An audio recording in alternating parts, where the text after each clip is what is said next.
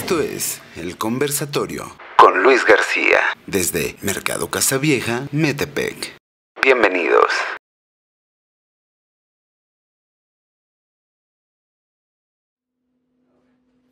¿Qué tal, conversadores? ¿Cómo están?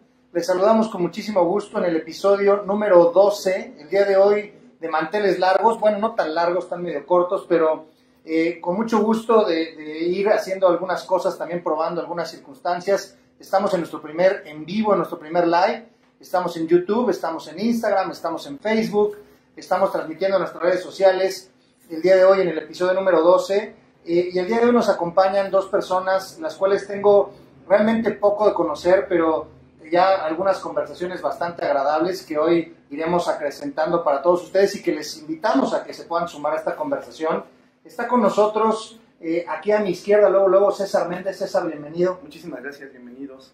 Muchas gracias. Y desde la hermana República de la Ciudad de México, donde todo se mete en un bolillo, está Hanna Ruiz, nos está acompañando. Hanna, bienvenida. Muchas gracias, hija. Hola, mucho gusto. Hombre, encantado.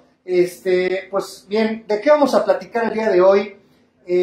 Como todos ustedes lo saben perfectamente, estamos en el mes del orgullo LGBT y nos parecía en un programa que impulsa las conversaciones, que busca el diálogo, extender los puentes de la comunicación, que de eso se trata el conversatorio. Apenas les platico rápido, algunas personas me decían, oye, es que tú como que no entrevistas muy bien, me decían. Dije, a ver, espérate, esto no son entrevistas, son conversaciones, se llama el conversatorio y se trata de tener conversaciones, pero sobre todo se trata de extenderlo más allá de este espacio, más allá de esta mesa, más allá de la computadora. Se trata que ustedes, conversadores, puedan sumarse a la conversación y puedan poner todo lo que quieran ahí, sus opiniones. Específicamente el día de hoy vamos a estar hablando de lo que implica este mes y de lo que debería de implicar permanentemente, de lo que implica y lo que se llama el orgullo LGBT. Y entonces, el día de hoy, pues nos acompaña César, nos acompaña Hanna, y vamos a estar platicando de esto, vamos a estar conversando de este asunto. Hago un anuncio parroquial, como dicen por ahí, para nuestros amigos conversadores que estén ahorita siguiéndonos por Instagram. Tenemos un tema ahí técnico específicamente en Instagram, en donde el audio específicamente de Hanna va a tener una calidad menor. Entonces, si lo prefieren y todavía están a tiempo, pueden irse ya sea a Facebook o brincarse a YouTube, a nuestro canal, y ahí van a escuchar perfectamente muy bien a Hanna. Los que se quieran quedar en Instagram la van a escuchar, pero muy bajito. Bien, pues vamos a arrancar, y esto es porque el 28 de junio de 1969, en un bar llamado Stonewall, en Greenwich Village, en Nueva York, hay un tema ahí muy fuerte en donde llegan policías y hay una revuelta, específicamente por personas homosexuales. Y a partir de ese hecho se da o se marca, digamos coloquialmente o a ojos de la mayoría, ahorita ya yo sé para dónde vas, César, ahorita nos vas a decir, pero para la gran mayoría este tema del mes o del día del orgullo LGBT.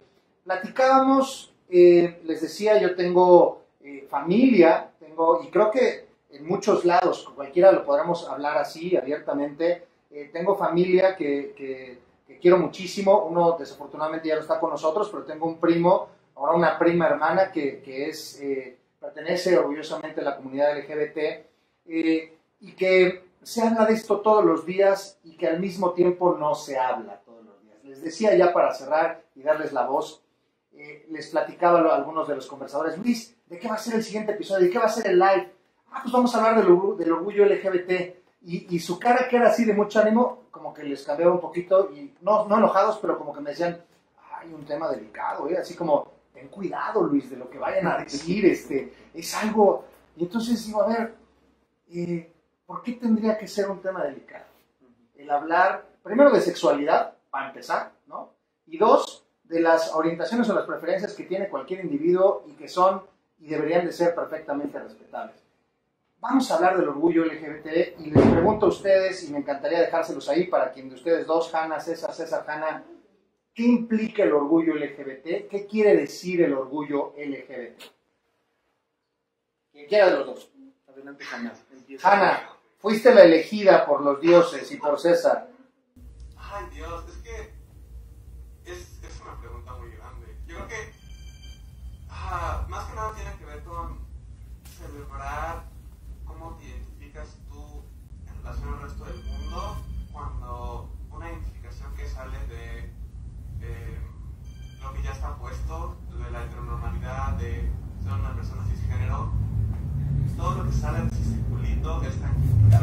Entonces, no es festejar esas identidades cuando estamos a merced de tanto odio, en especial como en México, que es un país que tiene muchas cuestiones ahí que también tienen que trabajar y muchas frustraciones que también tienen que trabajar para que ya la comunidad se sienta realmente bienvenida.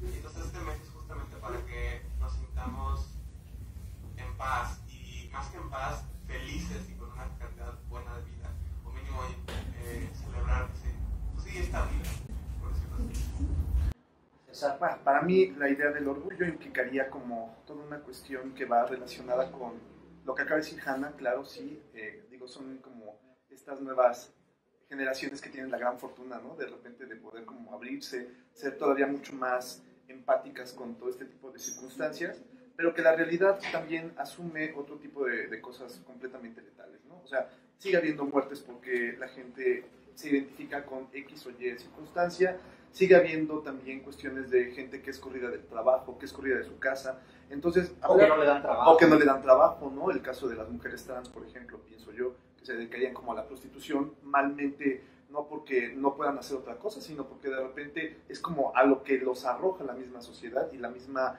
cuestión cultural que hemos tenido. Entonces creo que el orgullo implica ser visible y ser nombrable. Para mí creo que el orgullo es eso. O sea, si uno no se hace visible, es como si no existiera. Es como cuando estás en el salón de clases y de repente el alumno que nunca habla, ¿no? Sí. Y entonces, caray, si existe, si respira, ¿no? Lo mismo pasa, o sea, si la gente de repente no se nombra, no sale a la par en ese sentido, pues estamos hablando de cosas invisibles. Y ese es un gran problema, ¿no? Cuando de repente decimos, bueno, es que todo el mundo celebra la Navidad. Mentira, o sea, no todo el mundo celebra la Navidad porque no todos son católicos, ¿no? Entonces, esa es como una generalización cuando hablamos de esta cuestión como de heteronormatividad que decía Hannah, ¿no? O sea, sí, es que todos somos hombres o mujeres, o sea, no hay otras cosas más que explorar. Y la realidad es que esas son construcciones también, ¿no? Entonces, a la larga creo que ha existido durante toda la vida, y todo esto pues va relacionado con la idea del orgullo, igual a ser visible, igual a tener una voz, ¿no? Y me he encontrado con muchas cosas bien padres en Facebook que decían, bueno, es que el orgullo no es ser estrafalario. ¿Y por qué no? O sea, Lady Gaga es estrafalaria, ¿no? Y alguien le dice algo, o Gloria Trevi es estrafalaria y toda mitificada, y alguien dice algo. Entonces, ¿por qué si hay cosas que sí se permiten, como ser estrafalarias, ¿no? Porque lo permiten, es como lo que dicen, en el rico se llama vicio, y en el rico se llama extravagancia, y en el pobre se llama vicio, ¿no? Entonces, creo que es un poco esa parte, el ser visible. Eso sería como o en la política decían también cómo era este tema eran aportaciones, y en el otro eran, ¿qué? Donativos, ¿no? Donativos, claro. Así también había las cosas cuando según iban. Yo estoy totalmente de acuerdo con lo que están diciendo y me parece loable, y al mismo tiempo, lo platicábamos el otro día, me parece, ¿cómo decirlo? Triste en el siguiente sentido. Triste no porque se dé, sino triste que se tenga que hacer así para que sea reconocido, ¿no? Es decir,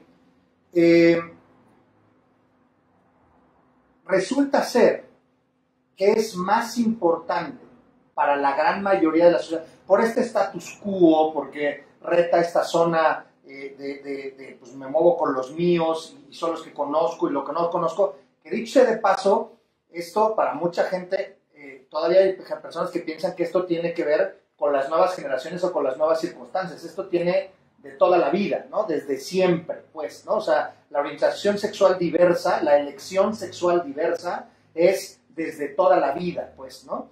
Pero entonces resulta ser que es más importante o más trascendente hablar, y lo voy a poner con todas sus letras, es más importante hablar de la raza.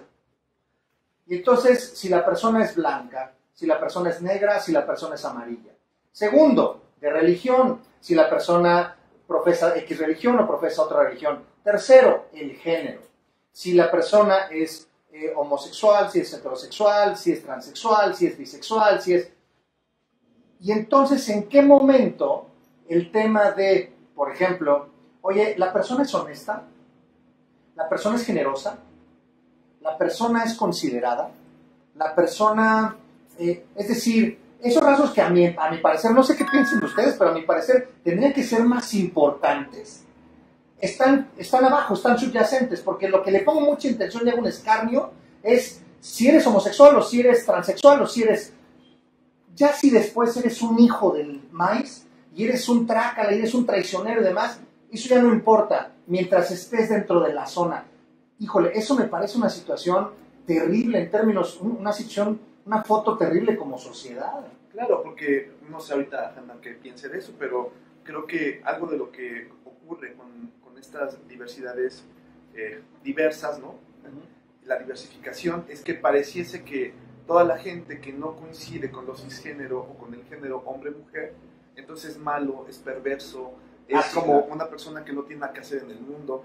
Y eso es una gran mentira, o sea, grandes intelectuales. De hecho, es bien interesante porque, bueno, hablando de toda esta cuestión, el término homosexual nació en Alemania justamente por un cuate que decidió poner esta parte para poder alentar a la comunidad científica a ver que esta cuestión de la atracción, el sentimiento, la preferencia por personas del mismo género implicaba como una cuestión positiva.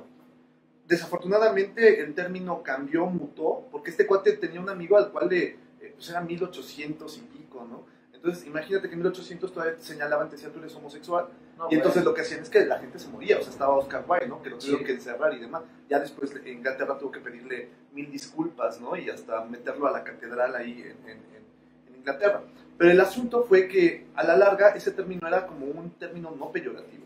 El problema es cuando la comunidad científica lo toma para hablarlo y ponerlo como para catalogarlo como una cuestión de enfermedad mental. Entonces es bien cañón porque hasta 1990 es cuando sale de esta categorización de que la homosexualidad es una enfermedad. Que apenas platicamos con Hanna, ¿no? También el rollo de la transexualidad que apenas en el 2018, 2017 habíamos platicado más o menos, ¿no, Hanna? Que había salido. Entonces, estas cuestiones son las que de repente quitan la parte humana a todas las personas que somos parte de esta comunidad. O sea, no somos ni enfermos, no nos interesa estar así convirtiendo a toda la gente con una varita mágica, ¿no? Porque pues no es el caso. Y tampoco creo que es como cualquier interés vivir, tratar de ser feliz, ¿no? Tratar de ser reconocido en todos sus derechos y en todas sus necesidades, como todo mundo. Y entre ellas están los derechos que de repente están invisibles. O sea, que podamos tener una identificación acorde a lo que queramos, ¿no? A lo como nos sintamos, el que podamos tener, pues, esas manifestaciones de afecto en la vía pública, ¿no? O sea, de repente hemos oído un montonal de casos donde dos mujeres son así, les gritonean cosas en la calle, les dicen cosas feas, ¿no? Las censuran, como si estuvieran haciendo algo malo, cuando una pareja puede abrazarse, besarse, ¿no? Siempre y cuando sean heterosexuales, ¿no? Sí. Pero entonces cuando se sale de la norma, viene como la parte difícil. Entonces creo que es un poco esa situación. Creo que el término tenía una buena intención al principio, después fue una cuestión higienista meramente, ¿no? Así para hablar de cuestiones malas y perversas y de todo esto peyorativa se convirtió hasta que apareció lo gay, ¿no? Y que lo gay pues se convierte ahora en una cuestión completamente consumista, ¿no? Se consume, o sea, todo el mundo tiene algo gay como pues, Ricky Martin, ¿no? O sea, claro, o sea, quien ve a Ricky Martin, pues todo el mundo. Y lo puede como ver como ese modelo a seguir. Sin embargo, aún así sigue habiendo personas que no coinciden con esa parte. Y creo que ahí está la riqueza de la diversidad, ¿no? Mujeres indígenas, lesbianas, hombres homosexuales de comunidades muy, muy pobres, que no podrían denominarse gays o no podrían denominarse en esa cuestión de estatus porque pues, no lo tienen.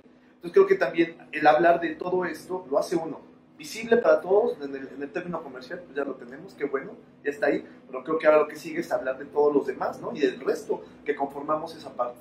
Entonces, bueno, sería como mi aportación. Es levantar la mano, ¿no, Hanna? Sí, o sea, es... Además, justo con lo que tú decías de que ya ni siquiera se buscan como cualidades de personas, sino más bien como sus identidades. Exacto. También va muchísimo de la mano con que se piensa que personas con ciertas identidades no pueden tener esas cualidades. Claro. Entonces, si quiero una persona honesta, nada más puedo contratar personas cisgénero porque son las únicas personas honestas sobre su apariencia. o sea, que son estereotipos horribles, pero pues es justamente combatir esa parte. Y además, sobre lo que decía César ahorita, muchos de los procesos para poder identificarse de alguna manera son inaccesibles para muchísima parte de la población. En México nada más, pues ahorita recientemente se me ocurrió por la ley, pero nada más son como 15 estados en los que se puede realizar el trámite de cambio de género. Y o sea, para cualquier persona trans que no está dentro de esos estados, normalmente tienen que venir a la Ciudad de México para hacer ese trámite, que es un viaje enorme y que seguramente está muy complicado poder lograr. O sea, no es accesible, y ese es el problema. Y también dentro de esa parte tienes toda la parte que piensa que una mujer trans a fuerzas tiene que tener vagina, a fuerzas tiene que ver de una cierta manera, tiene que hacer todas estas convenciones que tienen en su cabeza sobre cómo tiene que ser una mujer. Y todavía más, es muy raro. Entonces, también habla muchísimo de violencia de género, de esta idea de estereotipos.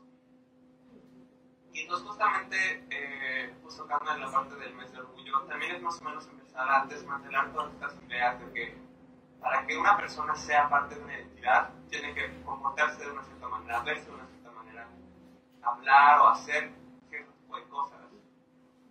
Porque pues justo la idea es que las identidades evolucionan y las identidades son algo propio, es algo único de cada persona. Si alguien se identifica con algo, más bien es porque ese algo le llama como persona, no esa persona se tiene que volver ese algo.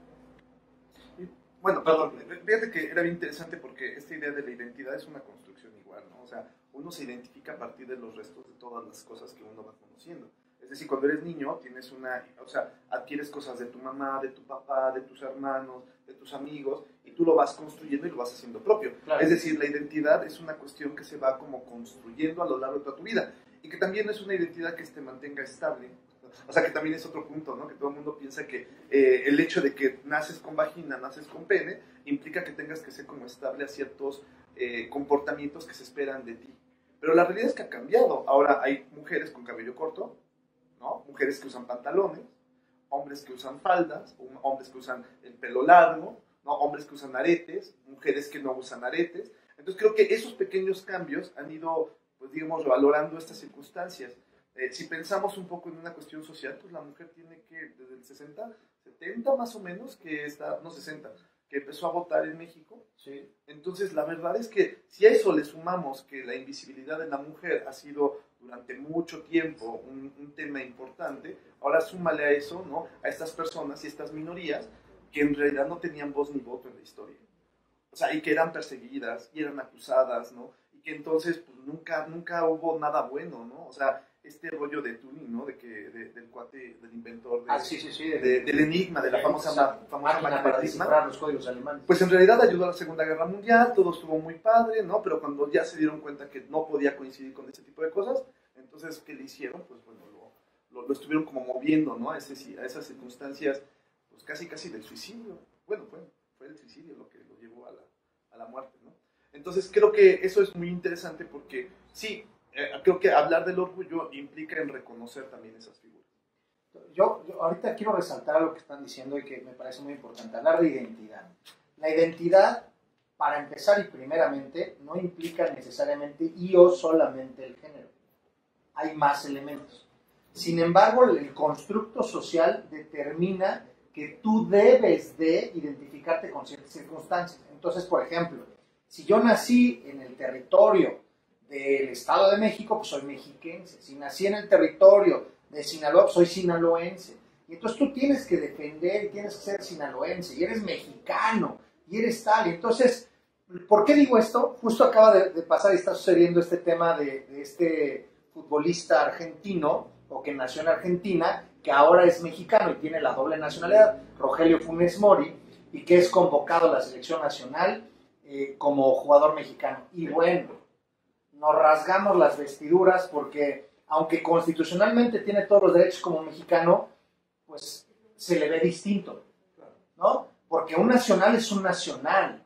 Y entonces ese tema de identidad, y ese tema de la casa, y ese tema de la comida, y ese tema del idioma, no se diga el tema del hombre y la mujer, y entonces vienen una serie de estereotipos, como lo empieza a plantear Hannah, y ahorita lo remachas tú muy bien, en el que dices, oye, ¿y si yo quiero peinarme distinto? ¿Y si yo quiero vestirme diferente? Y entonces, qué complejo es buscar dentro de un mundo que te dice es por la derecha, es por la izquierda, es negro, es azul, es blanco, y así tiene que ser, que alguien diga, oye, ¿y si le ponemos un tonito de verde, cuál es el problema? Porque a mí me va el verde, porque a mí yo quiero el verde, porque me gusta el verde, por la razón que fuere. Y entonces, no está agradable, ¿no? Así no es como debe de ser el asunto. Entonces, yo sí quisiera que exploráramos, o sea, me queda muy claro porque tenemos que centrarnos en el género, pero quisiera que lo exploráramos a partir de algo mucho más elevado, mucho más grande, que tiene que ver justo esto que están diciendo y que me encanta. El orgullo LGBT tiene que ver con esta parte de identidad y que te hacerte visible, de este constructo social en el que pareciera sistemáticamente hace todo lo que puede por hacerte invisible, o si ya eres visible, hacerte lo difícil. Claro. Mira, es que creo que es bien interesante porque uno pensaría que este tema es como nuevo, ¿no? O que se puso de moda, ¿no? Que algunos conservadores dirían, es que es muy de moda ahorita hablar de todo esto porque pues todo el mundo se va a acabar y pues esto es parte del apocalipsis, ¿no? Pero, ¿no? O sea, es uno de los jinetes de la mujer. Sí, es uno de los jinetes que viene ahí, ¿no? El género, imagina el género andando en su caballo. Pero bueno, el punto es, no es eso, o sea, el punto es que en realidad existió todo el tiempo, pero nos hemos hecho muy tontos. O sea, y es un poco lo que pasó con el cine en Hollywood en los años dorados, ¿no? En los años 30, 40. De repente había como ciertas cosas que te dejaban ver, ¿no? Y que previo a eso hubo cine lésbico, claro, en Alemania. O sea, fue muy interesante porque Alemania tenía como películas tanto de mujeres, ¿no? De amores entre mujeres y de amores entre hombres, que no eran censurados. De hecho, el primer beso en una película entre dos hombres es una película de 1900 y tantos, así de entrada, ¿no? El principio del siglo pasado. Pero que, pues vaya, como que no había tanto problema. El problema llega cuando se instaura todo este asunto, digamos, de la norma, ¿no? Y entonces cuando llega lo de la norma, pues tanto Alemania como México, como todos los países que producían cine en aquel momento, pues empiezan a tener un código de censura. Entonces ya no podían tomarse dos mujeres de la mano, porque entonces iba a ser como algo muy complicado, ya no podían hablarse de ciertas cosas, pero hay infinidad de tonos, ¿no? Estamos hablando de Ben-Hur, ¿sí? Sí, claro. No, esta película que es así como súper católica y para los días de resguardo, ¿no? Sí, se la ponen aquí. Pero resulta que hay una parte interesante donde hay un amor muy claro y muy marcado entre estos personajes, que es Ben-Hur y un esclavo, ¿no? Su mejor amigo. Que, o sea, esa amistad más allá sí, te la ponen como una amistad claro, muy fuerte, pero está claro. Pero pues, ¿quién va a dormirse con el amigo, no? ¿Y quién va a estar así tomándole el abrazo y diciéndole que lo mejor que le ha pasado en la vida es él? Son cuestiones que uno tímidamente va viendo en ese tipo de circunstancias. O el caso que siempre hablo y que todo el mundo se sorprende, ¿no? A toda máquina. Esta película de Pedro Infante con se me fue el nombre. Aguilar. Luis Aguilar, gracias. ¿No? O sea, Luis Aguilar y Pedro Infante. Entonces, o sea, de repente Luis Aguilar recoge a Pedro Infante. ¿De dónde? ¿Quién sabe? Porque era un pordiosero. Se convierte en su mejor amigo, se censuran hasta las mujeres, ¿no? O sea, Pedro Infante se pone celoso porque va a tener una novia y el Luis Aguilar se pone igual de celoso y están así como en esa parte. O sea, duermen en un cuarto donde uno utiliza la parte de abajo de la pijama, Pedro Infante utiliza la parte de abajo de la pijama y Luis Aguilar utiliza la parte de arriba de la pijama, comparten todo, ¿no? Y al final, cuando ya se rompen así la cabeza y están ahí con las motocicletas, se agarran de la mano y tímidamente se dicen, es que eres lo mejor, ¿no? Así de mí. O sea, hay una frase así bien homosexual, pues, ¿no? Pero eso lo velamos, o sea, eso no lo vemos. Hannah Navas ataca de la... Sí, no, porque eso no lo vemos, o sea, eso es como algo natural entre dos compinches, pues. Pero la realidad es que está ahí, y la realidad hay que pensar que la gente homosexual más poderosa en Hollywood, o sea, la que estaba haciendo esas películas, y en México. Entonces, no lo podían decir abiertamente, pero pues dejar así algunos rastros, ¿no? Para seguirlo. Y creo que eso es lo interesante cuando uno va como reconstruyendo a partir de esta idea del orgullo. O sea, eso es visible, hazlo visible, no lo niegues. O sea, no niegues cuando algo pasó muy gracioso, que en paz descanse mi abuela, te lo comparto igual, Hanna. Muere Juan Gabriel y empiezan así, mi abuela tenía 90 y tantos años, ¿no? Y entonces mi abuelita es súper linda, ya murió, pero era muy inteligente, pues. Pero me dio mucha risa porque muere Juan Gabriel y empiezan a sacar así películas y películas de Juan Gabriel, ¿no? Y entonces hay una parte donde Juan Gabriel está llorándole a una chica, ¿no? Entonces yo me llegué y hice una broma tonta, dije, ay, es que le está llorando porque no le he puesto el maquillaje, yo creo, ¿no? O sea, lo que más extraña es que no le haya puesto el maquillaje. Y entonces me decían, no, es que Juan Gabriel tenía novias. Mira, velo, o sea, está sufriendo por una mujer. Y yo, ¿y? Pudo haber sufrido por un hombre, o sea, querida, a lo mejor no es para su mamá, ¿no? Sí, o sea, hay como muchas cosas. Pero lo negamos, o sea, negamos completamente y rotundamente el hecho de que alguien de la figura pública, ¿no? Y que sea tan popular, se pueda tener un comportamiento tan soez o que pueda ser denigrante el hecho de ser homosexual. Rod Hudson. Bueno, ahorita que dijiste Juan Gabriel, como dijo en aquella entrevista, cuando le preguntas lo que se ve no se juzga, dijo, ¿no? Entonces, pues ya para qué preguntas, bueno, pues es más obvio que nada. Rod Hudson, por supuesto, ¿no? Que además falleció de SIDA, ¿no? Falleció de SIDA, y también tenemos ahí otro caso de actores mexicanos que no quiero poner, pero era Ramón Gay, justamente tenía el nombre así, Ramón Gay, y se me fue, siempre se me da el nombre de este otro actor, que igual cuando él muere va así llorándole, ¿no? Porque lo matan. Ramón Gay tiene una historia muy trágica también ahí. Pero bueno, creo que uno se hace tonto con ese tipo de cosas, ¿no? Y es como algo parte también de la cultura, como el ocultar, ¿no? O sea, oculta deja ver cosas buenas, pero oculta las cosas malas. Sí tenemos el caso de Elton John, ¿no? El caso de Freddie Mercury, que cuando se ve la película fue terrorífico ir a verla al cine, y lo voy a decir esas cosas porque de repente todos machines, ¿no? Iban a ver al Freddie Mercury porque pues Freddie Mercury rock y todo esto, y cuando justo pasa la escena de donde él se da el beso con el novio, ¿no? Bueno, con el amante que tiene, o sea, todo el mundo decían cosas así como, no mames, puto, ¿no? Sí. Pero pues no importa, tocaba bien chido. Entonces, a ver, momento, no es solamente la circunstancia de ver a un personaje y llevarlo como a ese límite de lo extraordinario. Tenía defectos, tenía necesidades, y también habría que reconocer esa parte de esos personajes que también son parte importante del desarrollo de nuestra cultura. Y que es como lo decía Hanna, es amor, ¿no es cierto, Hanna? O sea es lo que quiere ver la gente, es a lo que le ponemos atención. Yo tengo rato diciendo esto, que nosotros los seres humanos somos a lo que le ponemos atención. Y nosotros podemos ver a través de 10.000 cortinillas, a través de miles de prejuicios, a través de miles de miedos, que creo que mucho de eso también tiene que ver por poca comprensión, porque no comprendemos o no alcanzamos a dimensionar en un microestado, en un micravisión, así nada más vemos por la mirilla el mundo y pensamos que es como nosotros lo concebimos. Y el amor tiene miles de manifestaciones y miles de formas, ¿no? No tiene que ser a fuerza como lo escribo yo, como lo vivo yo, pues es más, para pronto y liso y llano. Todas las parejas, homosexuales, bisexuales, transexuales, heterosexuales, todas esas parejas, cada uno de los dos viven el amor de manera diferente. Cada uno lo vivimos diferente. Y entonces, la invitación tendría que ser a que empezáramos a reflexionar desde ahí, a qué caramba le estamos poniendo atención, ¿no? Y entonces nos sentimos cómodos y nos sentimos a gusto mientras pudieran estar pasando, como tú lo decías, si yo veo a alguien estrafalario, pero mientras no sea una persona que sea transexual, o sea homosexual, o sea bisexual, no tengo tema, ¿no? Mientras no haga manifestaciones abiertas o públicas. Entonces, ahí es donde creo que creo que todavía nos falta mucho. Y miren, no sé ustedes qué piensan. A ver, Hanna, ¿tú qué piensas de esto? Yo creo que tan no hemos avanzado, o sea, sí ha habido mucho avance definitivamente, pero tan creo que todavía estamos como que en la época cavernaria, pues, en términos de lograr lo que tendríamos que lograr, que el síntoma, claro, es precisamente estos foros. O sea, el hecho de que se tenga que seguir hablando de ello es síntoma de que todavía no llegamos a ese punto de claridad. O sea, y lo digo con lo siguiente sentido. Es tan natural y es tan normal que es como si la gente tuviera que estar caminando en la calle con una etiqueta que dijera: a mí me gusta desayunar huevos a la mexicana, y otro, a mí me gusta con chocolatito caliente, y otro, a mí me gusta con café pero expreso, y a mí me gusta con malteada de fresa. ¿A mí qué me importa? ¿No? A mí me importa, o me debería importar más lo otro.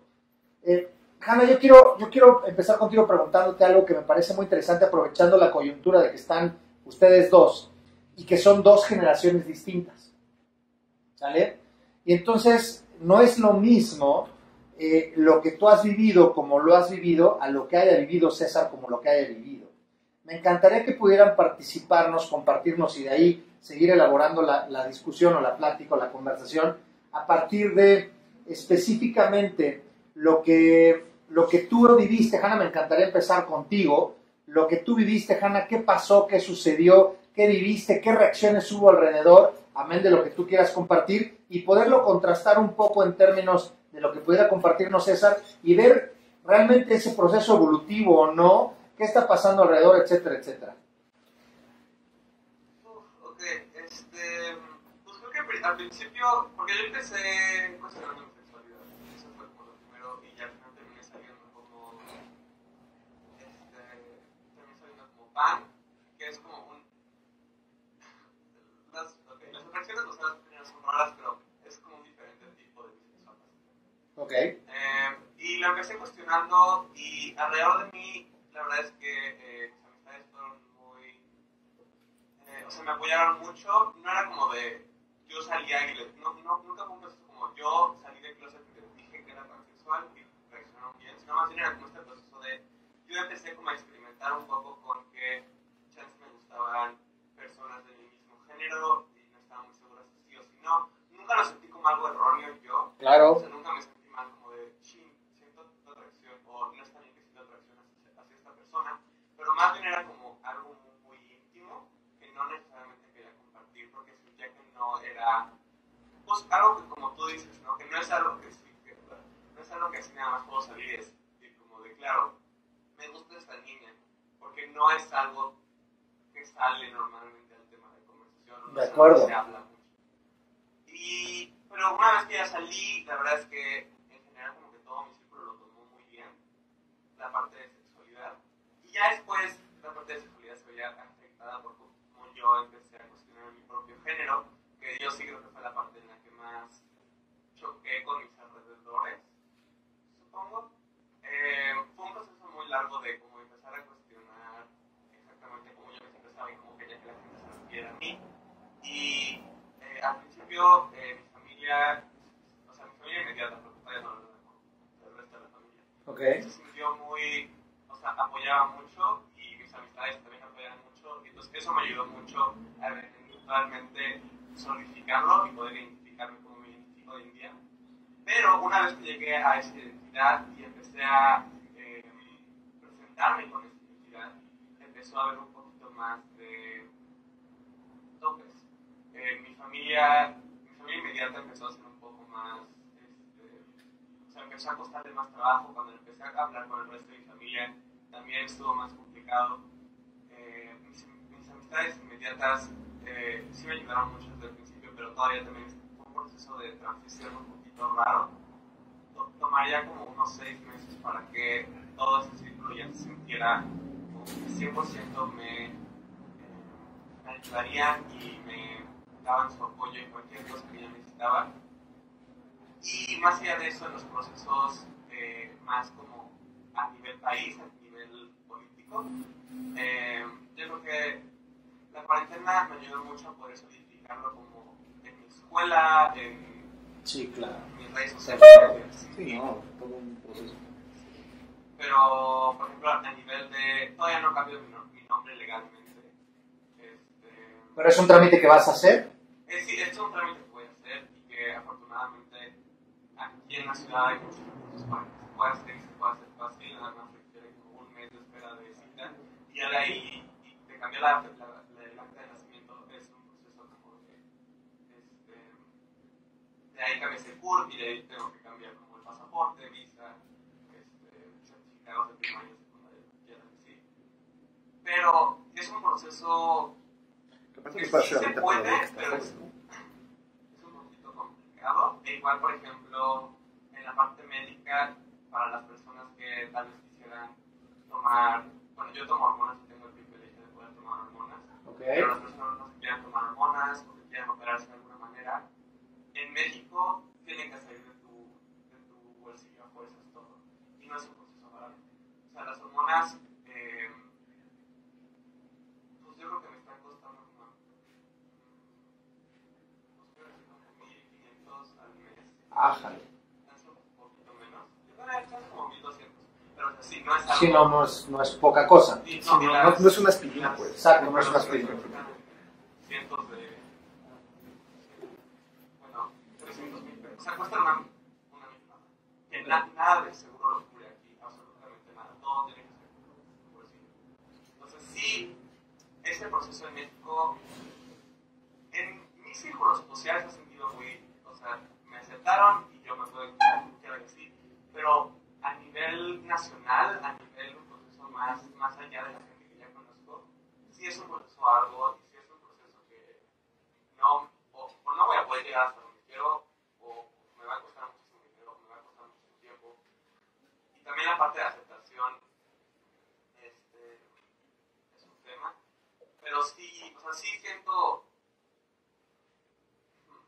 no siento que todo está contra mí. Sí hay muchas partes que están contra mí, pero sí siento todos los esfuerzos que partes de la comunidad, personas transgénero antes que yo han hecho para poder darme los privilegios que tengo hoy en día.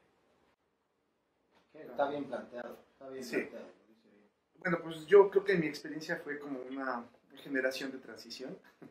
Esa fue esa experiencia de vivir en una ciudad, pueblo conservador como Toluca, en donde la mitad de todo el mundo sabía bien qué pasaba, pero nadie decía nada. Como dice el dicho, pueblo chico, infierno grande, claramente. Y aquí es el infierno para los diablos. Claro, mero. Entonces, fíjate que es bien interesante porque en ese sentido hay una parte importante. Yo recuerdo que se lo dije, yo soy hijo único, se lo dije a mi mamá sí hizo su drama como siempre, yo no sé por qué, siempre tiene que haber un drama al respecto, como si uno dejara de existir o se muriera, o no sé, no dejara de ser uno. Pero bueno, es parte, digamos, de un proceso que se va como asimilando. Pero entre ella y yo lo que estuvimos haciendo fue investigar y construir un poco la información. No había internet. Sí, claro. O sea, eran los 90, ¿no? Entonces no había internet. Bueno, los 90 ya había, pero no para todo el mundo. Entonces, pero aparte no todos los temas tampoco, ¿no? Sí, claro. Entonces, fue bien chistoso porque empezamos como a ver muchas películas, a leer mucho. Pues la verdad es que la principal aliada en todo esto ha sido mi madre, ¿no? O sea, y ha sido muy, muy bueno en ese sentido, pero también con muchos prejuicios y también con muchas cuestiones de ir aprendiendo, ¿no? Recuerdo cuando entré a la universidad, yo dije, bueno, pues voy en la universidad, voy a hablarlo abiertamente, ¿no? O sea, y estudiando en una escuela de arquitectura y diseño, que uno pensaría que tuviera como esa apertura, la realidad... Son más creativos. No, la realidad es que fue completamente al revés, ¿no? O sea, era como una cuestión donde todo mundo te podía como señalar, ¿no? Y podía como decir, claro, o sea, puedes ser mi amigo mientras no se te note, ¿no? O sea, puedes ser mi amigo, vamos a chupar mientras me hablemos de viejas, porque, o sea, y yo tuve como que adaptarme a esas circunstancias, que ahora ya lo veo a la distancia, ya pasando un breve tiempo, y digo, qué feo, ¿no? O sea, eso no se tenía que haber hecho. O sea, tendría que haber sido yo, y creo que podría haber tenido todavía mucho más facilidad de apertura en esa parte. Pero no tuve esa apertura como la tuvo Hanna. O sea, sí hubo una cuestión de distanciamiento.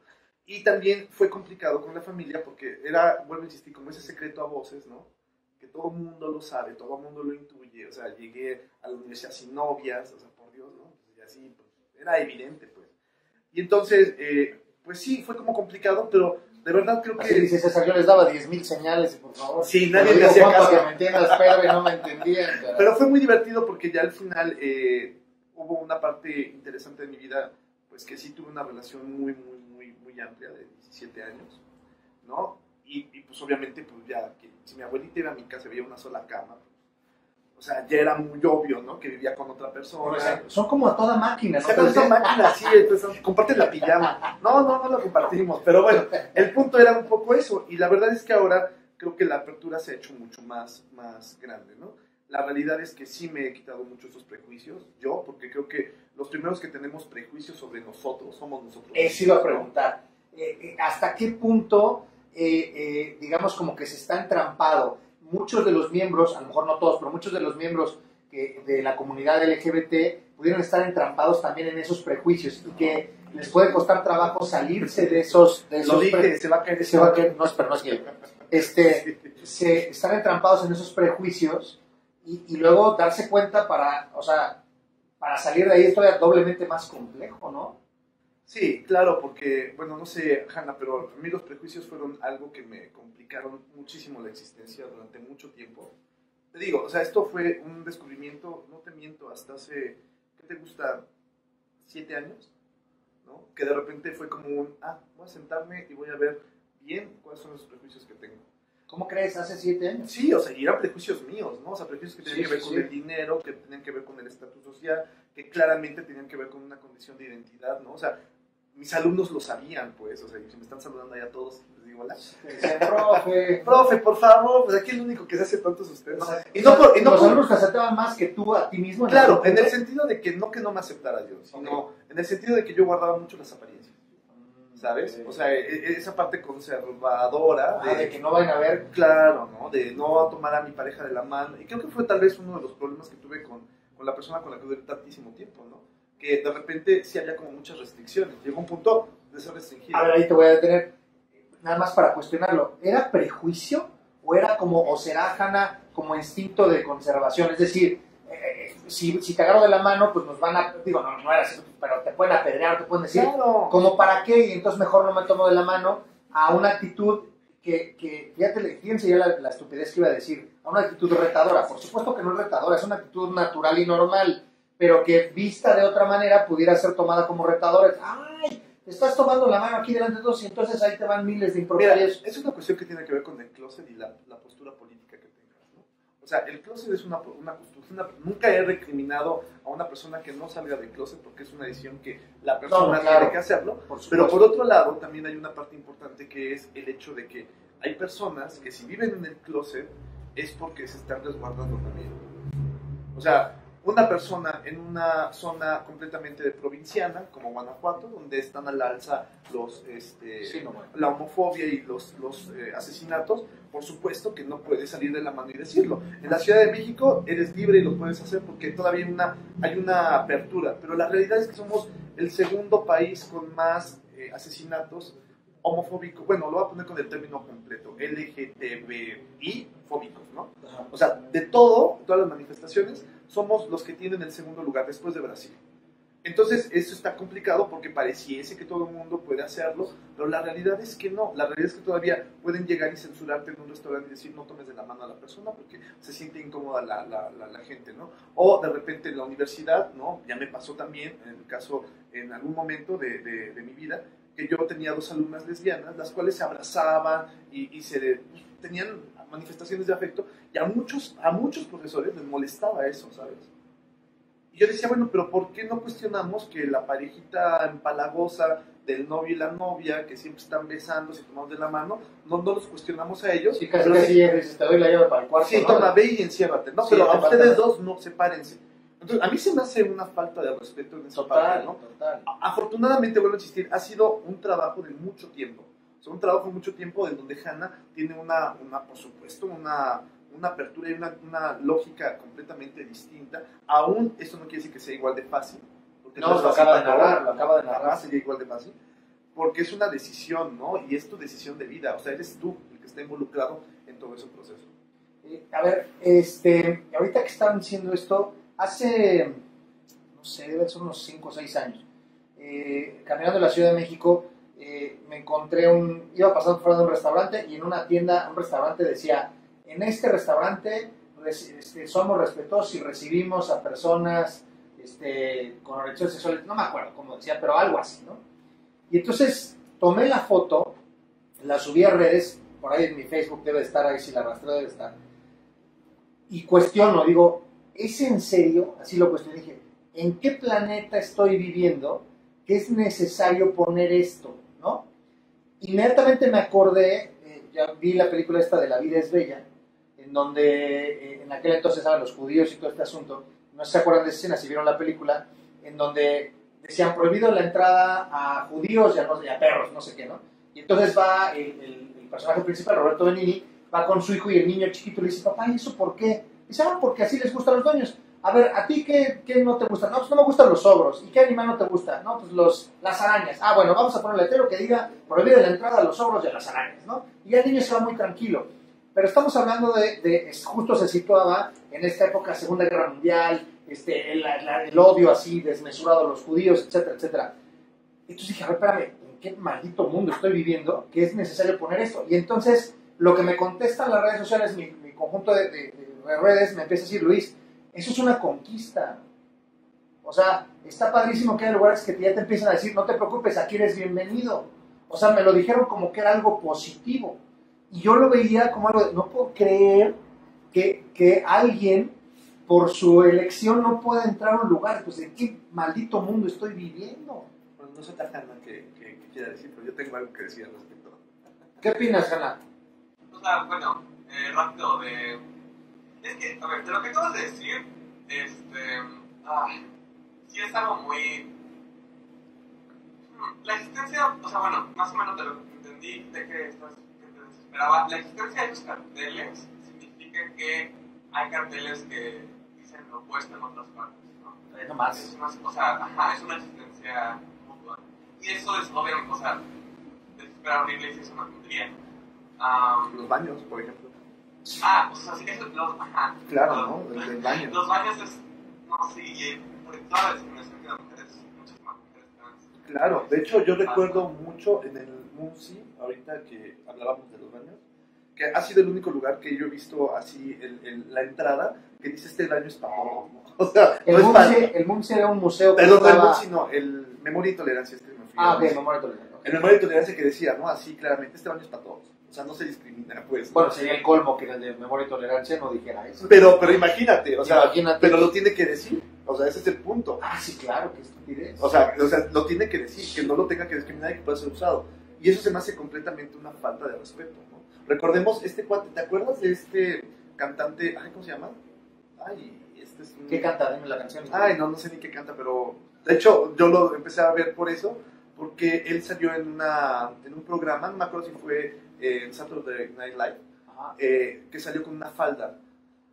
El que era de One Direction, ¿cómo se llama? No, Harris, ¿no es? No, es un rapaz, un cuate que perrea, a ver, dígame. Yo no sé de eso. De los últimos. ¿Qué? No, otro. Bueno, no perrea. Que canta la de Yo perreo sola. Ay. Bueno, este cuate, ¿no? La verdad es que no es por prejuicio, pero esa música a mí no me gusta. No, pero bueno, él tiene una canción que se llama Yo perreo sola, muy famosa, pues, Bad Bunny, gracias, ahí me dijo Bad Bunny. Bad Bunny lo que hizo, a mí no me gusta, pero fíjate que hizo algo bien interesante. Él en Puerto Rico, justamente una semana antes de que saliera en ese programa, habían asesinado afuera de un McDonald's a una mujer trans por usar el baño. La balearon. O sea, ella pasó al baño, tenía que pasar al baño, y entonces le dijeron, no puedes entrar a ese baño, porque es para mujeres. Y cuando ella sale, la balean.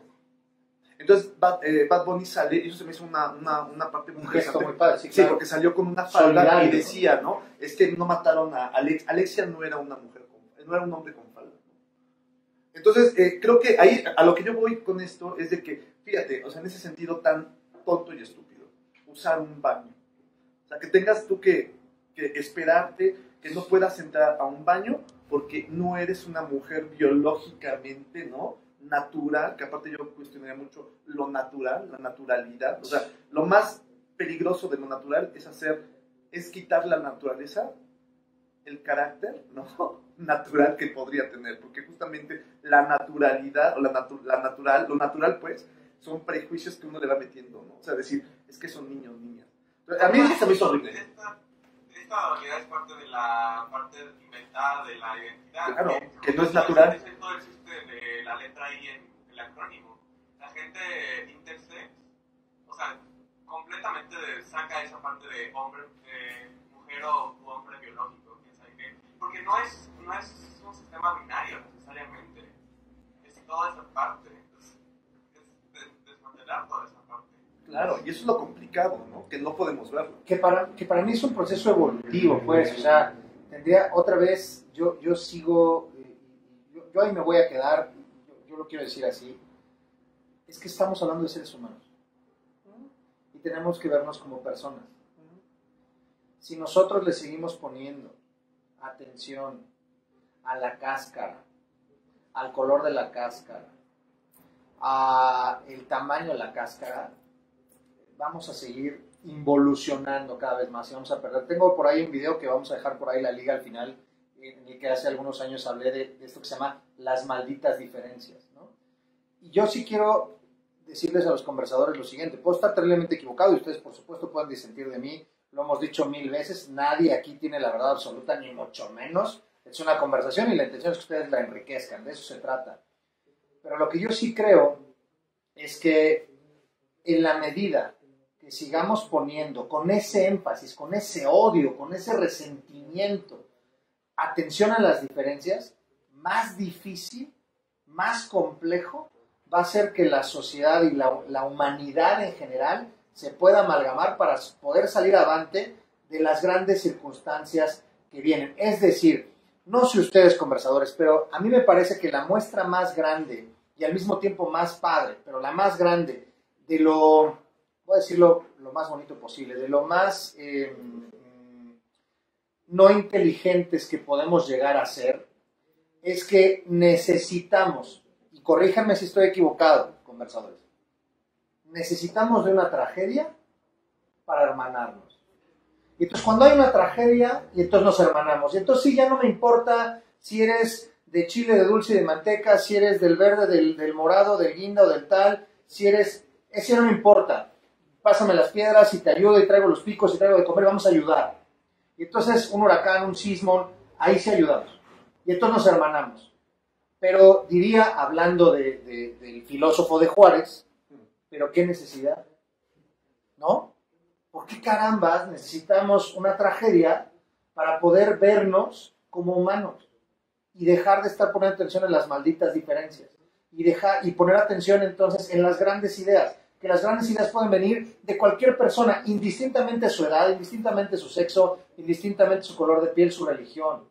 Los grandes sentimientos, las grandes emociones, etcétera, etcétera. Yo creo que tendríamos que ir avanzando hacia allá. Tenemos que ir pensando en visualizarnos ya como individuos y dejar de ponernos también muchas más etiquetas. Creo que también en el sentido de que, no sé, aquí voy a tocar terrenos arenosos, ayúdenme por favor, que no me vaya yo a resbalar aquí, porque sé que pueden ser conquistas y demás, y está bien, pues, pero creo también que en la medida de que vamos poniendo más etiquetas y poniéndole mayor diferenciador, va siendo cada vez más complejo en algo que tendría que ir, justo rescato lo que dijo Hanna, más allá de lo binario.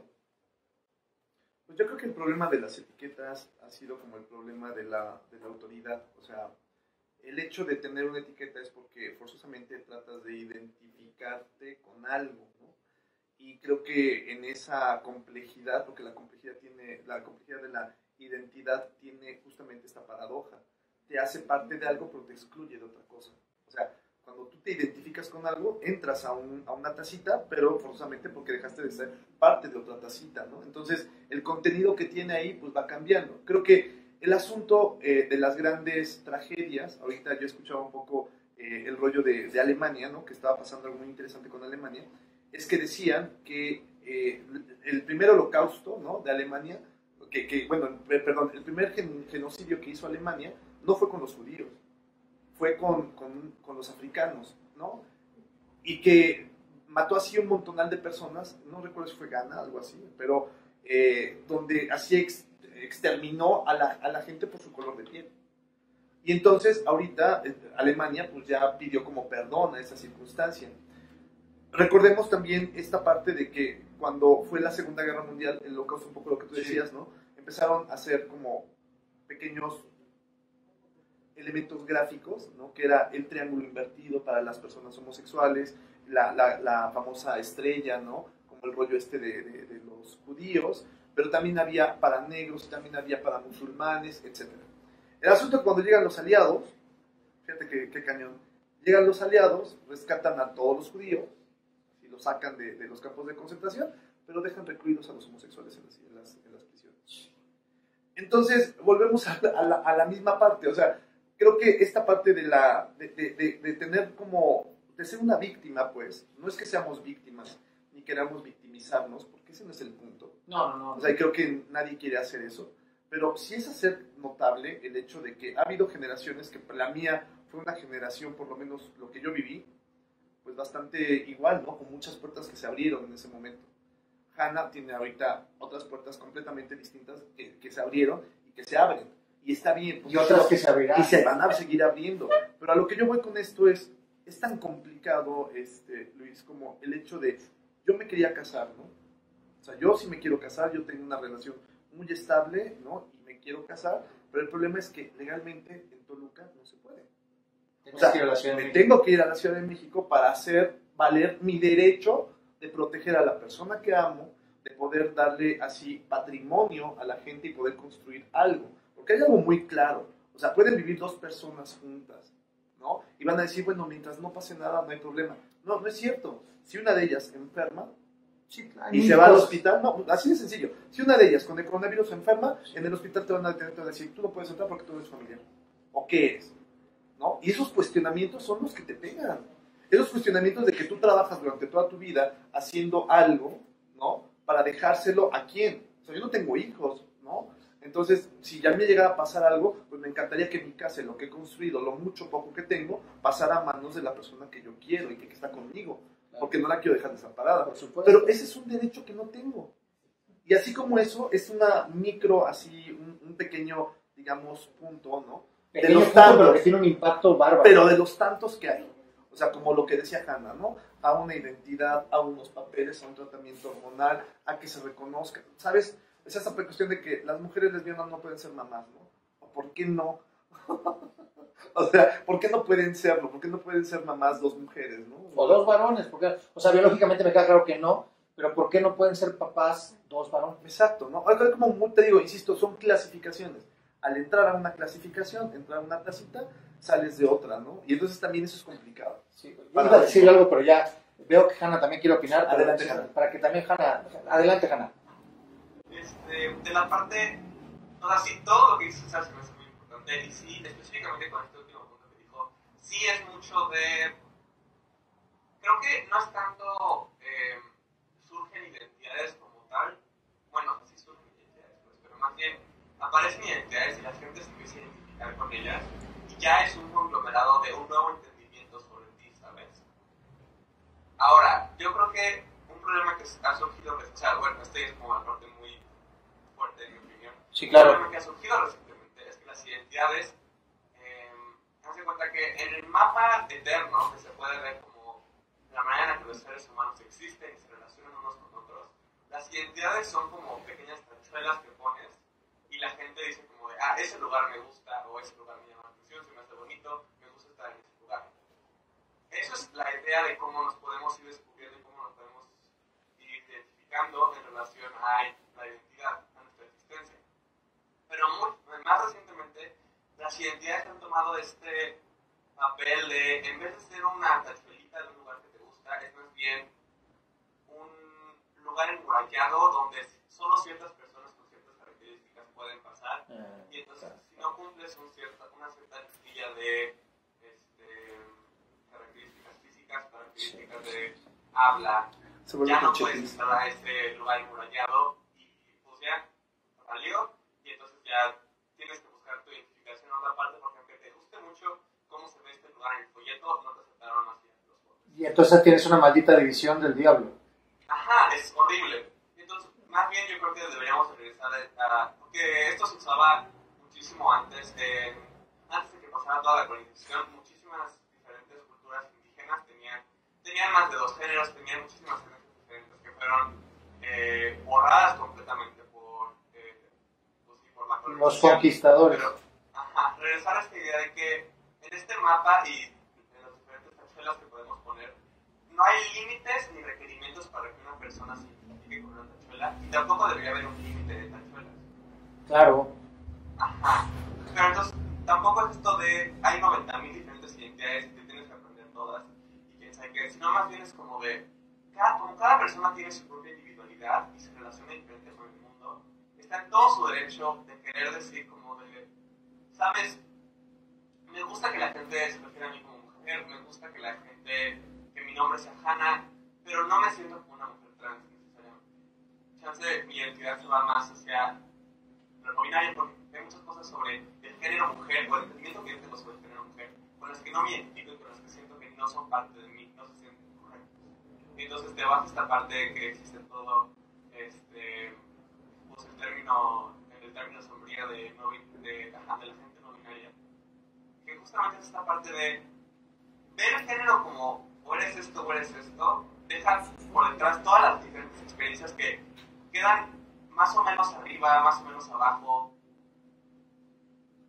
Y eso es muy dañino a que te quieras ver absolutamente como una mujer, más o menos, o absolutamente como un hombre. Entonces, sí creo que la actitud hacia las identidades ha cambiado para mal en los años recientes, pero no diría que es culpa de las identidades como tal, sino más bien la manera en la que se entienden y la manera en la que se quieren imponer sobre la gente.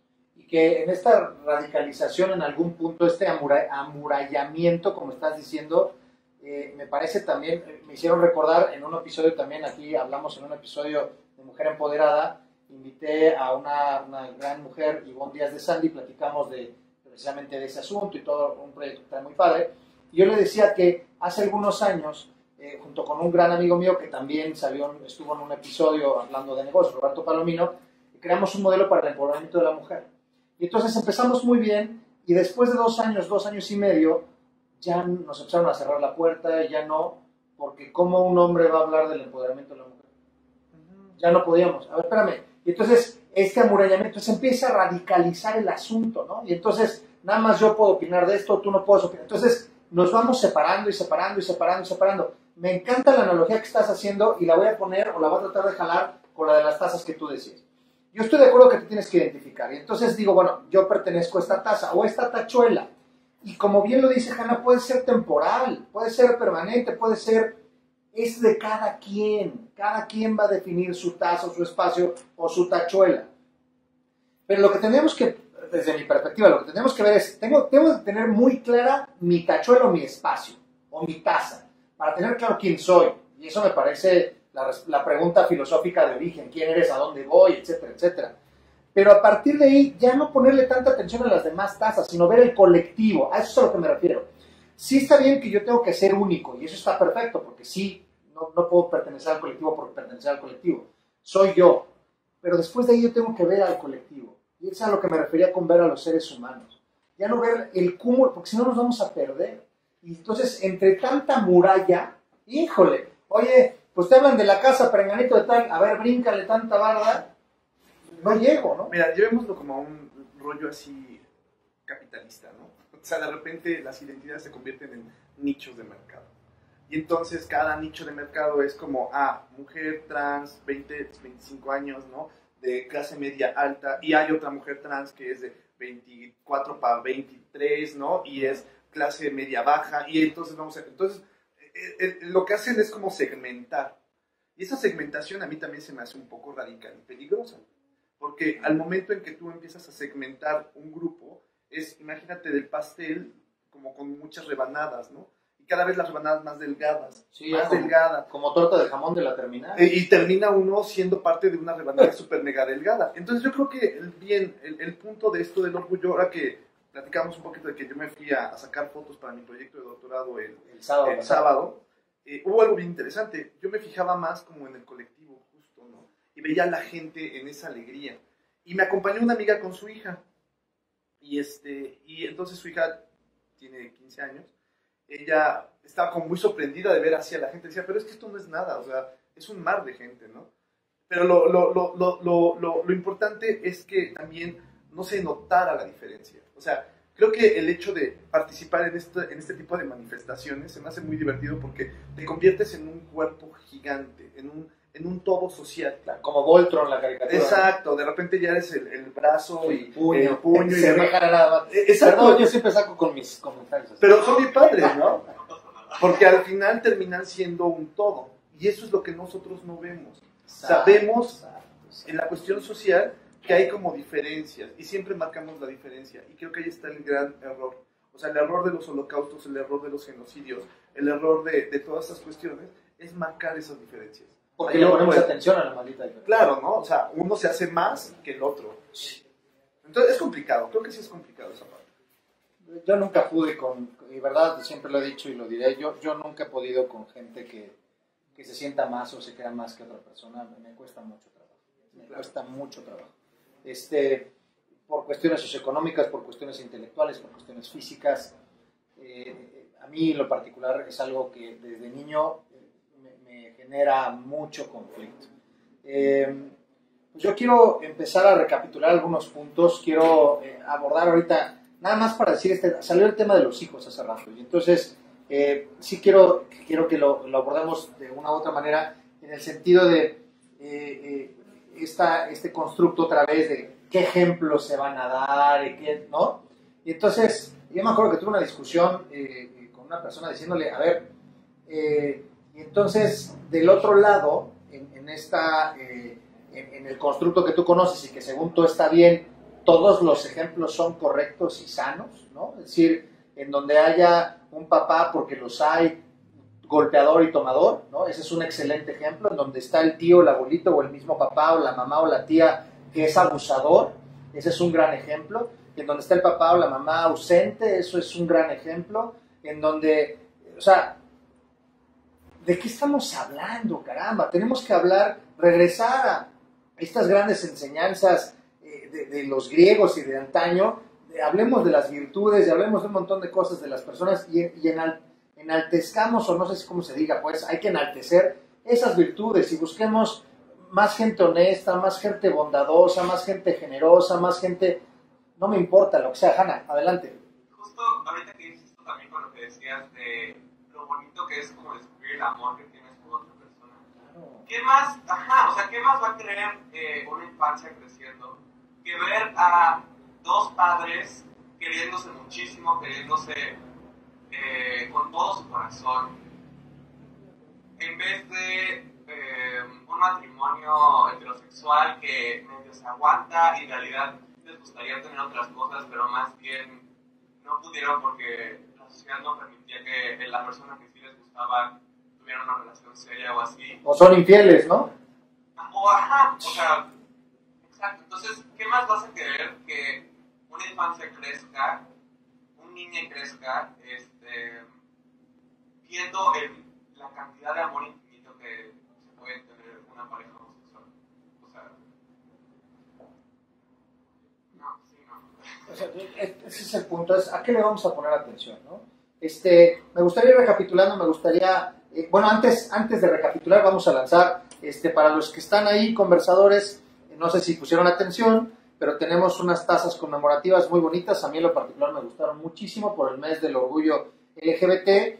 Vamos a regalar 5 tazas para los primeros 5 conversadores que contesten la siguiente trivia. Y la trivia corre a cargo de César y dice así. Bueno, me tocó a mí hacer como la trivia, pero bueno, para que se pueda ganar su taza, nos gustaría que nos dijeran o nos mencionaran alguno de los 3 personajes que hicieron el Manifiesto de Liberación Homosexual en 1978 en México.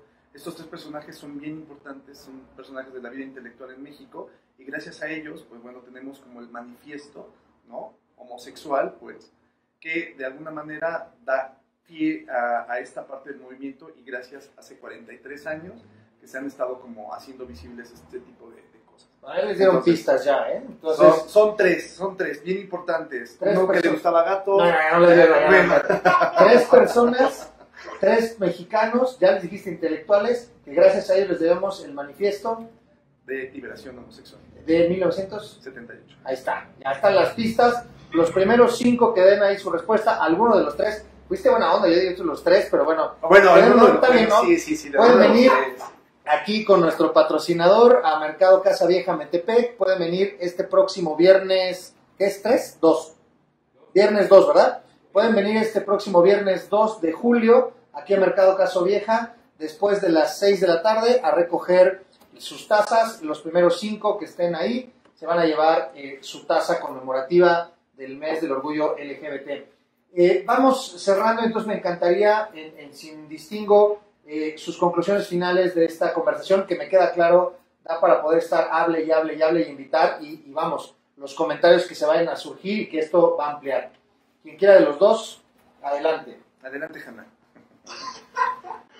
Ay, pues bueno, obviamente extiendo demasiado. Es un tema muy ancho, sí, creo que la diferencia generacional, que era como justo creo que las primeras cosas que hablamos cuando nos juntamos la semana pasada, iba a ser un punto muy, pues no clave, pero sí interesante para ver diferentes perspectivas y ver como la evolución, chance, o más bien como los cambios que ha surgido en México. Y pues más allá de eso también como la diferencia geográfica. O sea, sí creo que me gustó mucho la plática que hicimos en general. El mes del orgullo, la verdad es que no he tenido el placer de ir a una de las marchas que se hacen aquí. Me encantaría, pero sí creo que en mi círculo me hace sentir muy bien y me hace sentir, o sea, sí es un highlight de mi año. Y me gusta mucho hablar de este tipo de temas y me más o menos ir descubriendo diferentes perspectivas sobre cosas tan etéreas como son la identidad y como son la manera en que nos relacionamos. Entonces, pues sí, me gustó mucho estar aquí. Muchísimas gracias por la invitación. Y, pues sí. Que no sea la primera vez, Hanna, que no sea la primera vez. César. Bueno, pues yo antes que nada diría que el orgullo no es una cuestión de un día, de un mes, o una cuestión de mercancía.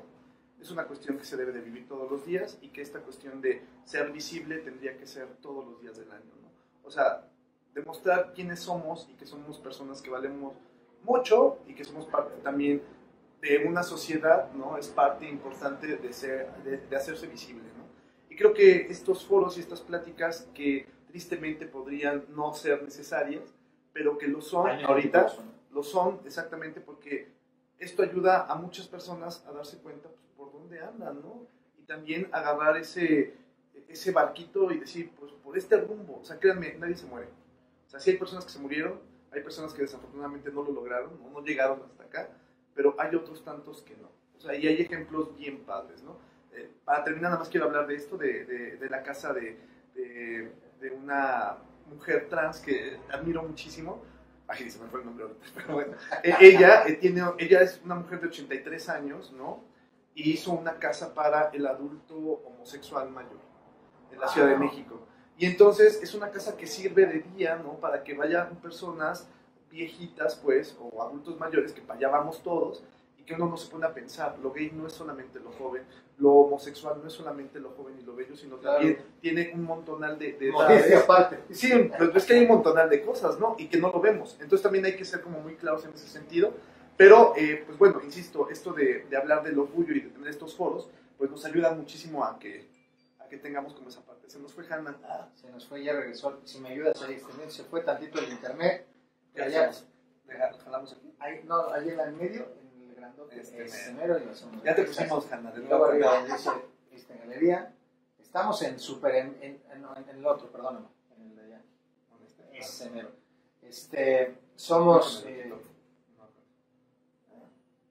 ahí, miren, ahora sí, ya para que estemos, ahí va a estar ya Hanna ahorita, para que estemos completos, como estamos perfectamente en vivo, lo están viendo, Aquí nos vemos perfectamente. Perdóname, estabas...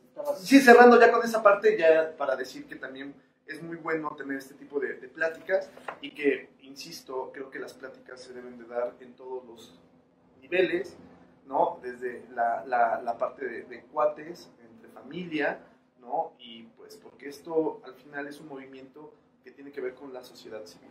O sea, el orgullo ha sido por una sociedad civil que se ha movido, que hemos sido nosotros, todos los que hemos estado haciendo, como en el terremoto, que bien lo decías, ¿no?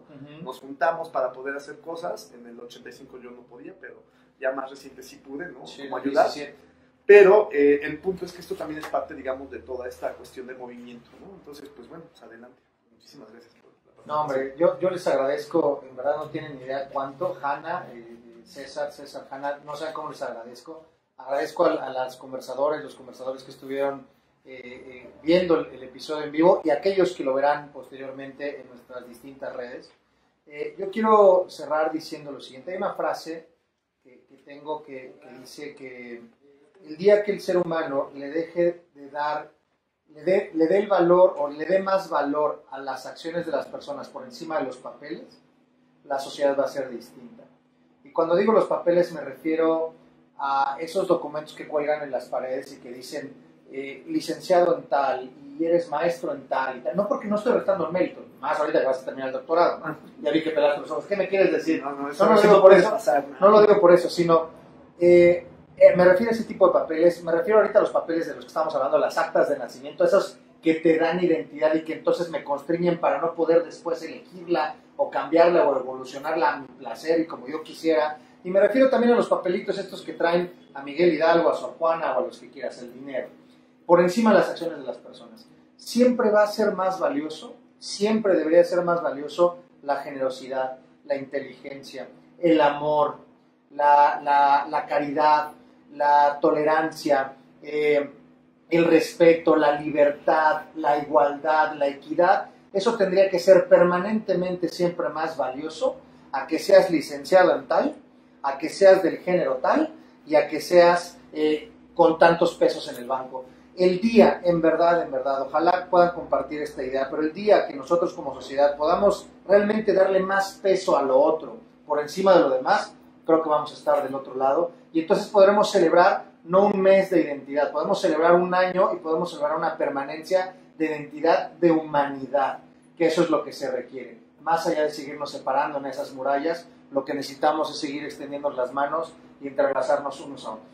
Los agradezco muchísimo que hayan estado por acá. Muchas gracias por la invitación. Adelante, Hanna. Hanna, adelante. Ahorita rápido, Sí, por favor.